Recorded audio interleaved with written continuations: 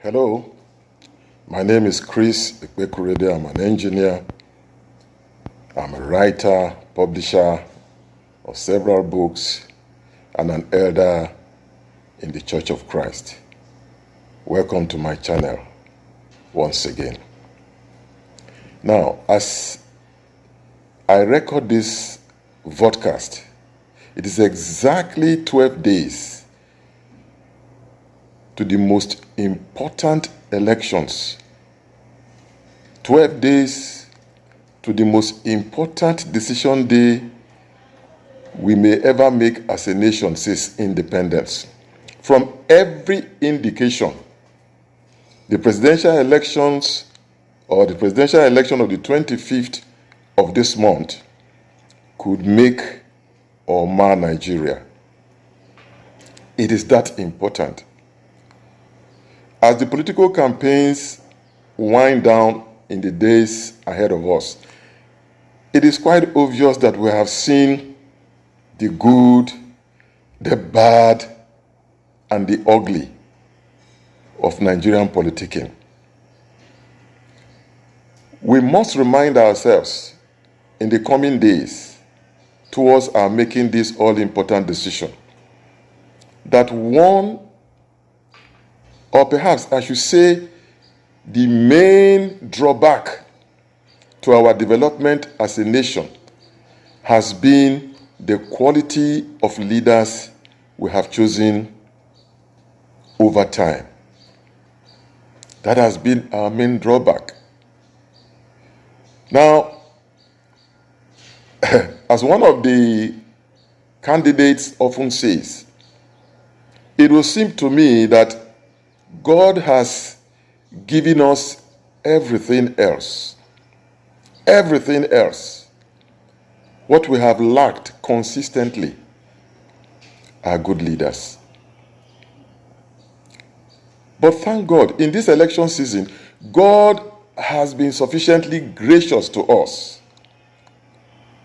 He has made the choice out of the options available to us easier than it has ever been. It is pretty obvious to me, and I'm sure even to you, who should be president among the lot that have presented themselves. You see, the leadership qualities that build a great nation are not different from continent to continent. They are not different from nation to nation. They are exactly the same everywhere. They are exactly the same. You see, great nations consistently elect good leaders. I mean, the principle is simply clear. You cannot sidetrack it. If we elect garbage leaders, they will deliver to us garbage. If we elect golden leaders, they will deliver to us gold. The principle applies all the time, everywhere. It doesn't change. Here in Nigeria, we have been faced with the misfortune of consistently electing bad leaders. And now we have an opportunity in the days ahead to elect a president to get things to change, to get things to move in the right direction. This is by no means an ordinary task. The decision we are about to make is a decision that will affect us, affect our children, affect our grandchildren, affect generations down the line. It is that crucial. If anything, the current hardships and pains that we face as a nation are quite instructive as to the importance of the choice we are about to make. It is a task that we must take quite seriously. In fact, it is so serious that in my church, the Living Faith Church, we have declared a 3-day fast across our network of churches to pray over this matter, to pray for the right direction for Nigeria, to pray for peaceful, free, and fair elections come the 25th of February and the 11th of March. to pray for peace and stability before, during, and after the elections. That is what my church has chosen to do. The decision is that important. And let me say to you, my friend, if you say you love this nation, you will join us to pray. You will join us to pray. These are no ordinary times for us Nigerians. Now, today, I bring you perspectives on this all-important decision as to choosing our next president. Perspectives from leaders from Singapore, leaders from the United States of America. I bring you the perspective of Prime Minister Lee Hsien Loong of Singapore. I bring you perspectives on this matter from Mrs. Michelle Obama, a former First Lady of the United States of America, and herself, in her own right, a presidential material. I bring you perspectives from these two leaders. You may ask, why these two leaders? Well, I'll tell you. You see, the United States of America has worked itself into emerging as the world's #1 power in politics, in economy, and militarily. That is incontrovertible. Singapore, on the other hand, this small nation of just less than 6 million people, a former colony of the British Empire for 144 years, just as we in Nigeria were, and ours was only for 60 years.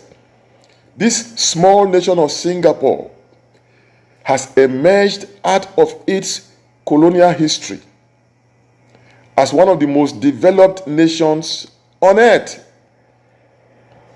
A nation with a robust economy that is governed by a corruption-free leadership. That is who Singapore, or what Singapore is today. You see, Singapore has since left us behind. Singapore has a lot to teach us Nigerians. Now, I believe that between Singapore and the United States of Nigeria, the United States of America, Nigeria can situate itself in the Committee of Nations. These leaders have something that we should learn from. You know, our people get this parable, follow who know road. As I listened to these two leaders speak on the subject of choosing a leader, they speak with so much relevant insight, you would think they were speaking to Nigeria of today. You would think they were speaking to Nigerians as we prepare to elect our next president. Listen to what they have to say about choosing our president. Watch. A small country like Singapore has zero margin for error. Not just Singapore's continued success, but our very survival depends on us having the right leaders. Leaders with integrity, dedication, and competence. Leaders with a conviction to make the tough calls and do the right thing, even if it may cost them some votes. Leaders whom you can trust. We cannot afford any compromise on this. Thankfully, for 57 years, over 3 generations, we've had leaders who have earned and maintained Singaporeans' trust and confidence, who have worked closely with the people to deliver on sound policies, who have improved all our lives.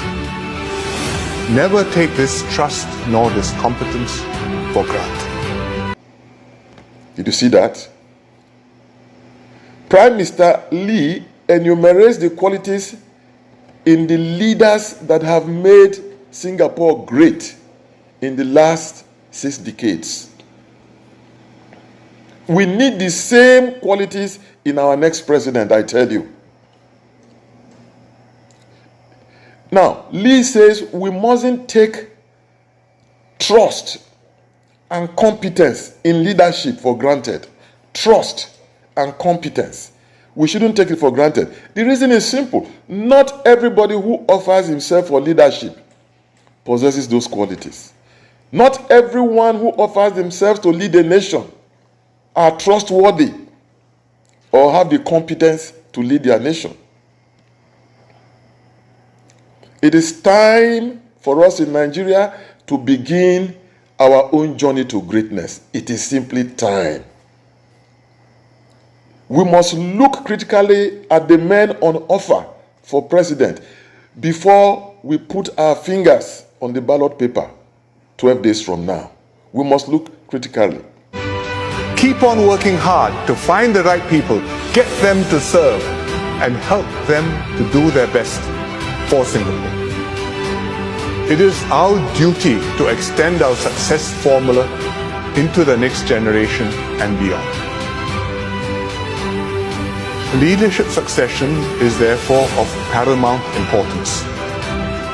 When COVID hit us, I had to put my succession plans on hold. Now we are learning to live with COVID and entering a new normal. The younger ministers have chosen DPM Lawrence Wong to be their leader. I'm very happy the matter is settled and my succession plans are moving forward again.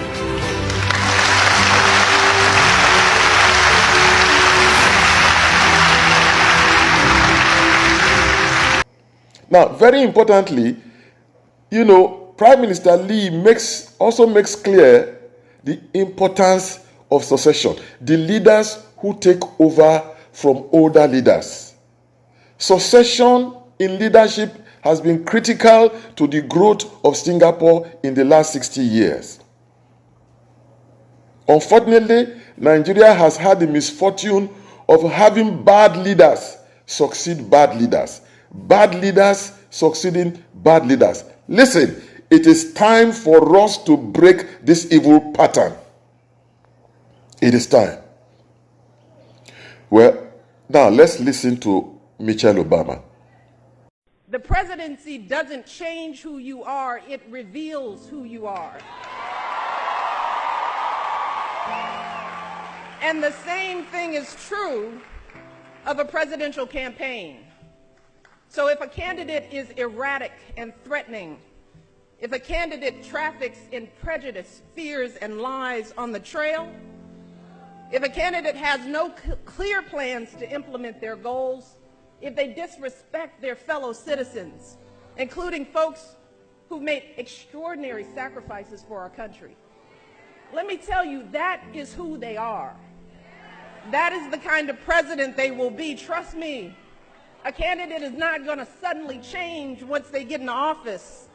Just the opposite, in fact, because the minute that individual takes that oath, they are under the hottest, harshest light there is. And there is no way to hide who they really are. And at that point, it's too late. With every word they utter, they can start wars, crash markets, change the course of this planet. So when it comes to the qualifications we should demand in a president, to start with, we need someone who is going to take this job seriously. Someone who will study and prepare so that they understand the issues better than anyone else on their team.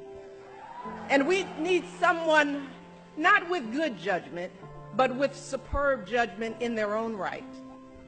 We also need someone who is steady and measured. Because when you're making life or death, war or peace decisions, a president can't just pop off. Being president isn't anything like reality TV. Did you hear her? Did you hear her? Mitchell, on the other hand, enumerates the qualities of leadership that show character in leadership. Mitchell teaches us that political power does not change the character of people.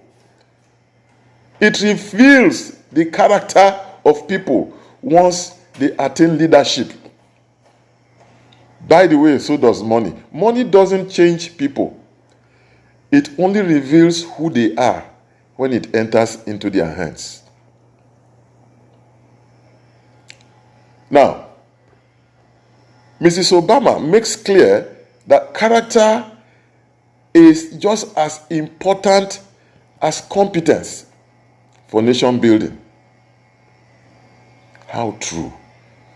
Oh, how true. Now, let me quote a philosopher, Alan Simpson, what he said, and I quote, "If you have integrity, nothing else matters.